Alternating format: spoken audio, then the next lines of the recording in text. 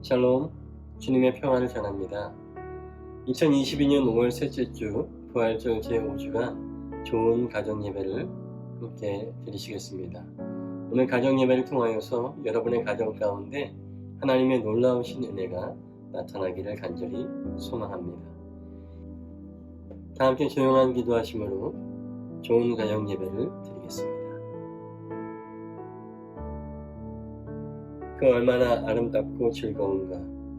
형제 자매가 어울려서 함께 사는 모습. 머리 위에 부은 보배로운 기름이 수염곧 아론의 수염을 타고 흘러서 그 옷깃까지 흘러내린 것 같고, 헤르몬의 이슬이 시온산에 내린 것 같구나. 주님께서 그곳에서 복을 약속하셨으니 그 복은 곧 영생이다. 아멘. 이제 다 함께 찬송가 312장 너 하나님께 이끌리어 함께 찬송하시겠습니다.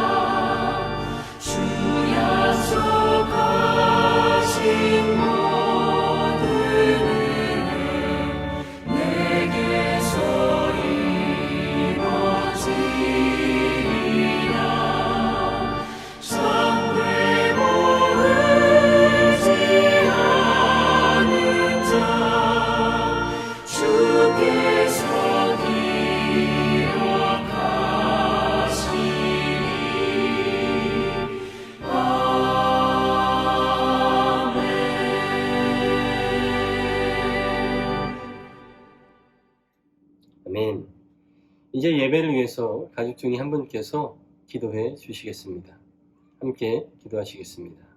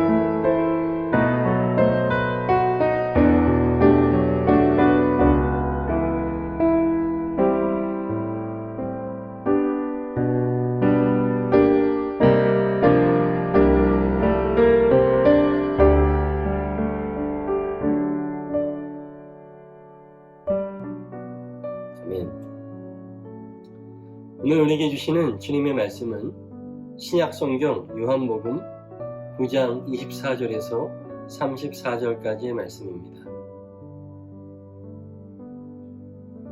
우리 다같이 한 목소리로 합독하여 읽겠습니다.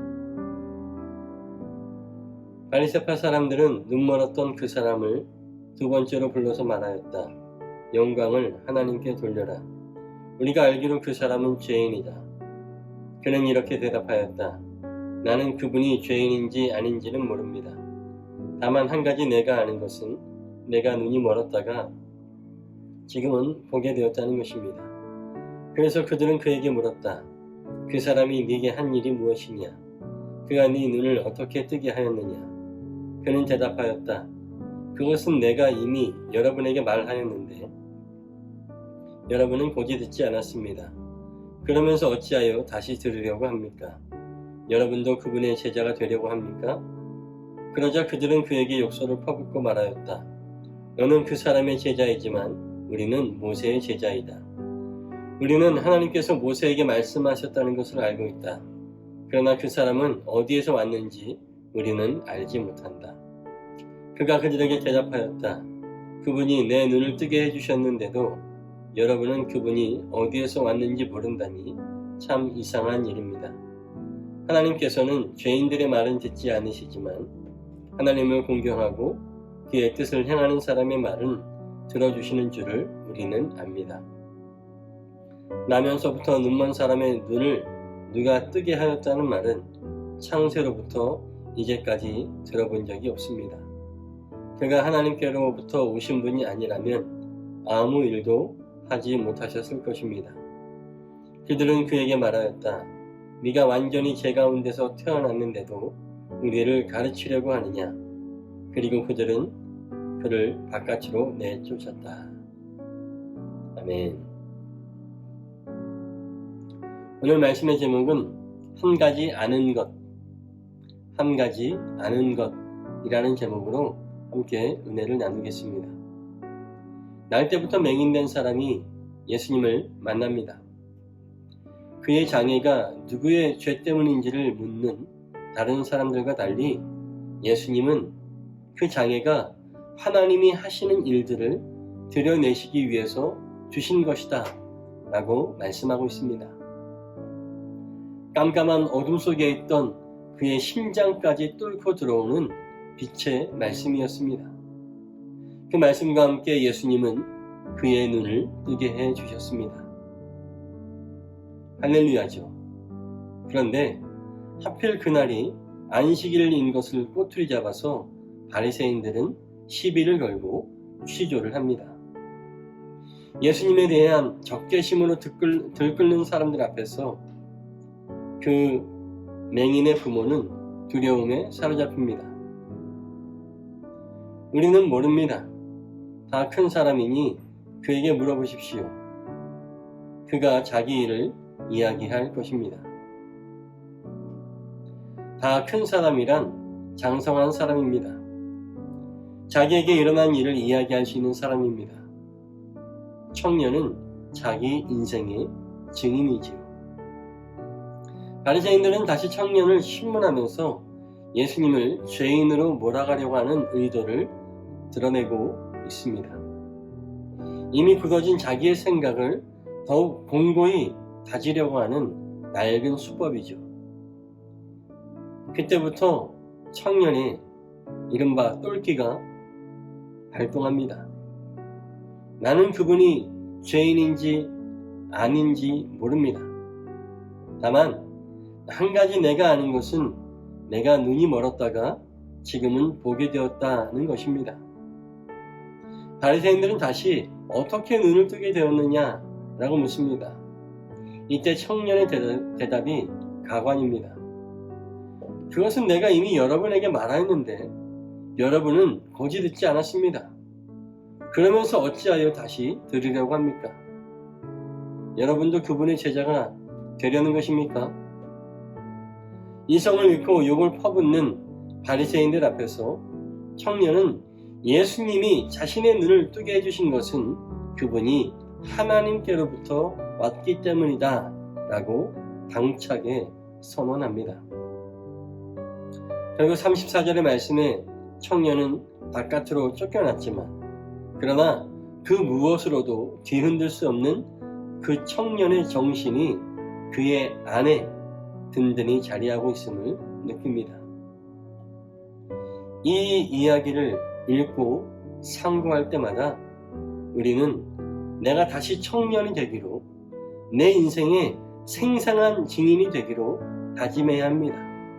어려서도 아니고 너무 나이가 들어서도 아니고 나는 청년이기에 나에게 일어난 일들을 생생하게, 정확하게, 거짓 없이 자신감 있게 증언할 수 있어야 합니다. 세상의 여러 목소리, 내 안에 이런저런 고민에 흔들릴 때도 많지만 그러나 내게 일어난 가장 중요한 한 가지, 나의 어둠을 빛으로 밝히시는 은혜, 그거 하나만 붙잡아야 합니다. 거기서 힘이 나오는 겁니다. 거기서 능력이 나옵니다. 한 가지 아는 것을 가슴에 품고 세상의 허세, 허위, 허영과 맞서는 사람이 바로 청년입니다. 젊은 사람이 청년 아닙니다. 힘이 좋다고 영리하다고 청년 아닙니다. 내가 한 가지 아는 그것을 정확하게 증언할 수 있는 사람, 세상의 허세, 허위, 허영에도 흔들리지 않고 내가 아는 한 가지 아는 그것을 똑똑히 증언할 수 있는 사람, 그것이 바로 청년입니다. 사랑하는 여러분, 여러분은 지금 청년이십니까? 아니면 누구이십니까? 나이와 상관없이 내 마음 가운데 한 가지 아는 것, 예수 그리스도 그분이 나의 구원자이시고 나의 하나님이십니다라고 증언할 수 있다면 나이와 상관없이, 상황과 상관없이 누구나 다 청년입니다. 청년의 마음으로 우리의 믿음 생활 승리로 이끌어 나가시는 우리 모두가 되시기를 주의 이름으로 간절히 축복합니다. 아멘. 말씀의 은혜가 있으셨습니까? 이 시간 함께 나눔을 통하여서 우리 받은 은혜를 더욱더 깊이 생각하기 원합니다. 질문을 드리겠습니다. 오늘 나는 청년으로 살아가고 있습니까? 나는 어떤 청년입니까? 라고 하는 질문을 함께 나누었으면 좋겠습니다. 이 시간부터 함께 나누면서요, 깊은 이야기들을, 속에 있는 이야기들을 좀 내놓았으면 좋겠습니다. 그리고 시간이 좀 남는다면 또 서로 나의 기도 제목을 함께 내어놓고 서로 중보할 수 있는 그런 시간을 갖겠습니다. 함께 나눔과 중보 기도의 시간을 갖겠습니다.